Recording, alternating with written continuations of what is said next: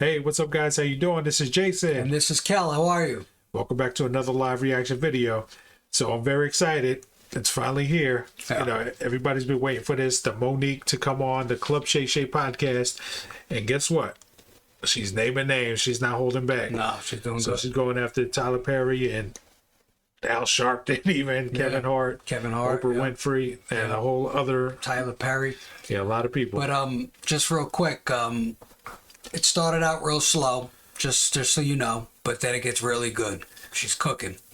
Yeah, so we cut out a nice little clip for you guys where she's naming names. Please like, subscribe, and share this video with as many people as possible to help us grow our channel. And without any further ado, from Oprah Winfrey to Tyler Perry, Lee Daniels. Now, Lee Daniels was the only one I had to deal with. Did you see Lee Daniels apologize? Mm-hmm. He walked out on that stage. Not only did he apologize on stage, that man apologized to our children. That man apologized to our children and said, I need to apologize for what I put y'all through. He's the only one I had to deal with. However, it became a problem with Oprah Winfrey and Tyler Perry, that I wouldn't do something and work for free. Now, when you say, well, maybe Oprah feels like she came through it, why can't you? Right. Well, there's a story with Oprah Winfrey when she was on the show, People Are Talking. Richard Sher was making $55,000. She was making $22,000. These are her words. It was her co-host. She said, I had to leave because they wasn't paying me fairly. Now you say a black woman who did nothing wrong, and you're in the midst of this situation because she called me, Tyler Perry called me, Lionsgate called. When you were on the phone with my husband, you said, I agree with Monique. I agree with the position she's taking. But when it came time to say it out loud, Oprah Winfrey went totally silent. Now, to Tyler Perry's credit, Tyler Perry called us up, right? And he said, I can see the pain in you and I can hear it. And I want to let you know that I would never do nothing to hurt you. But the conversation kept going on. Only for Tyler Perry to admit he did start a rumor that I was difficult to work with. He lied. Only for Tyler Perry to admit I was wrong. And when my movie Boo come out, I'm going to say that, right? Now, here's where, when you did that interview with Kat, I could respect how you do it. Because Kat said, you let them people lie in your face. And your response was, Kat, I don't know if they're lying or not. Right. Because I can only take them at their word. At their word. Right? Yes. Well, we sent you the audio of Tyler Perry. I don't want you to take me at my word. I want you to hear his words. And what did you hear that man saying? What did you hear that man saying? He said it. What did he say? get him, bro. Is Monique, you know you're not supposed to be recording people. No. Let me back up. Okay. Everything we did was legal.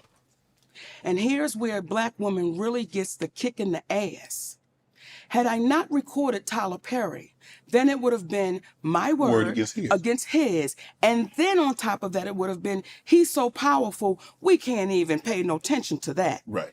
Well, now I have him on audio, which is legal to do where we live. Right. Okay? We have him on audio. And do you know what some people then said? Why would you record him? Just like you sat there and said, you know it's illegal to... But did you hear what the man said? I violated you. Yeah. I mistreated you. Yeah. Do you know, Shannon, that's cost my family tens of millions of dollars? Yeah. Over a lie and a rumor? Is he gonna he's gonna compensate you for that? I want you to look in your camera. Yes. And I want you to talk to Tyler Perry because you heard what that man said. So ask him, will he compensate my family for that? Tyler, will you come on Club Shay Shay and let's have a conversation about the fair compensation for what transpired between you and Monique? You can sit right here and she's sitting right here and you and I can have a conversation.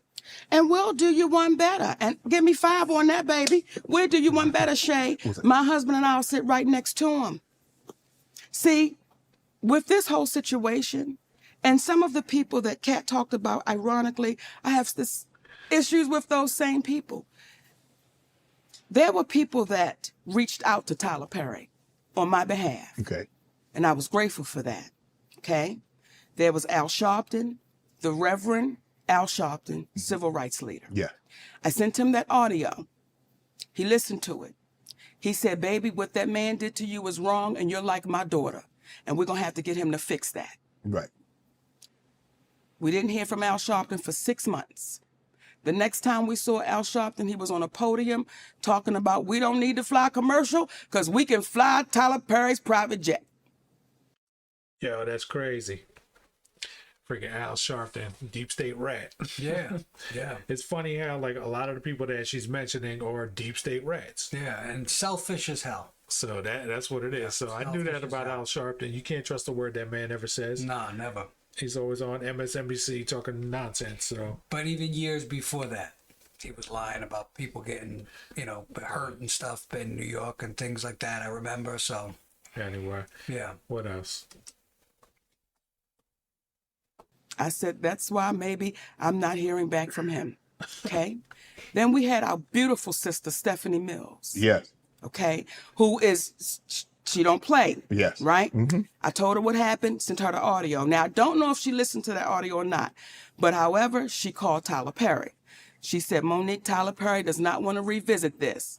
Okay, fine. Right. While we're on the phone, Tyler Perry calls her back and says, I will meet with Monique, but not with her husband. Now, you ready for this? Yeah. And then Monique has to apologize publicly to say Oprah and I had nothing to do with messing up her career. But that'd be a lie. Look in the goddamn camera. I thought that was a stage, the way you. Look in the camera. Yes. Because you heard it. Yes. Right? Yes. So when you hear what this man is saying, so I said, Stephanie, tell Tyler Perry, never will I meet with him without my husband. And I owe no apology, so I'm not going to give one. That goes away. Kevin Hart. Now, you know when Cat Williams said gatekeepers? Yes. Kevin Hart, I do his podcast. Yes. And I want y'all to re-listen to the podcast so you can hear it for yourself. When he first comes on, he says, you're like my mother, you're like my aunt, you're like my sister. Okay? Then we do the podcast. We speak about the Tyler Perry situation. Oprah Winfrey, he said, I don't really know Oprah, but I'm going to reach out to Tyler. I appreciate that. Kevin kept his word. He reached out to Tyler Perry. Kevin Hart called me back about maybe a week or so later. He said, Mo, I talked to Tyler. He said he don't want to revisit it. He said, but I tell you what, let's move past that, Mo. Let's just move past that and let's just do great things. So whatever That's what Kevin said. I want you to hear me, Kevin Hart. Let's move past that, Mo. Let's do some great things together. Don't even worry about it. Whatever y'all want to do, I will partner with you. I'll executive produce with you. You just let me know what you want to do. Now, let me say that before we go any further, because I want to make sure I give Kevin Hart his proper credit. When my family was up against the wall, Kevin Hart wrote us a check and said, here you go. We're forever grateful for that. When we were able to give it back, we said, brother, we appreciate you with some interest on top, because I don't ever want nobody to think Feel like they me and my gave husband. So I want to make sure I put that out there. That brother really helped us out when we needed to be helped out. Then when he came back with, I got you. I didn't ask Kevin Hart to do anything. He said, I'll executive produce. I'll partner with you. I said, good shit, Kevin, because we're in a deal with Endemol, and we're trying to get our talk show back. Mo, whatever it is, I got you. Now, Kevin Hart is one of the biggest entertainers right now in the world, Correct. right? And was then.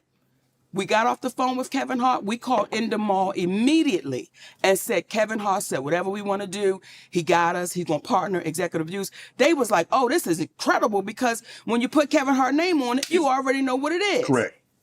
2 weeks go by. We get a call from Endemol. Endemol says, we just got a call from Kevin Hart's manager, Dave Becky. And Dave Becky said, Kevin doesn't want anything to do with Monique.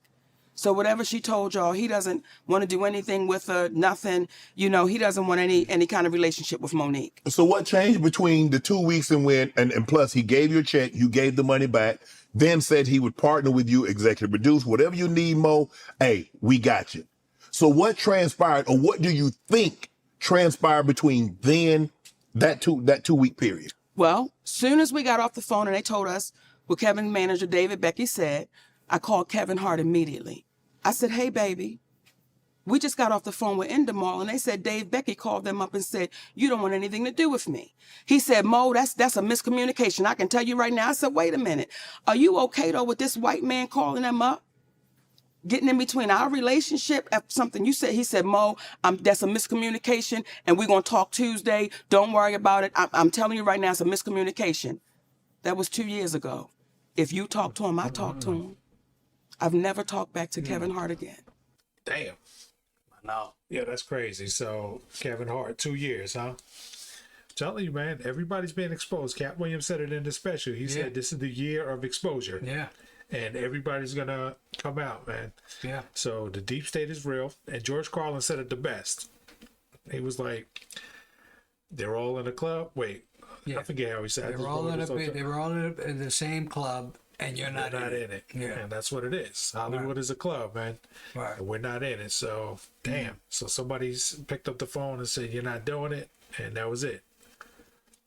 Crazy. I don't even know what to say, but it's been really good. So I'm ready to see the second edit. All right. So we're going to leave the link to the full Club Shay Shay interview, the video here in the description. So guys, like, subscribe, share this video with as many people as possible.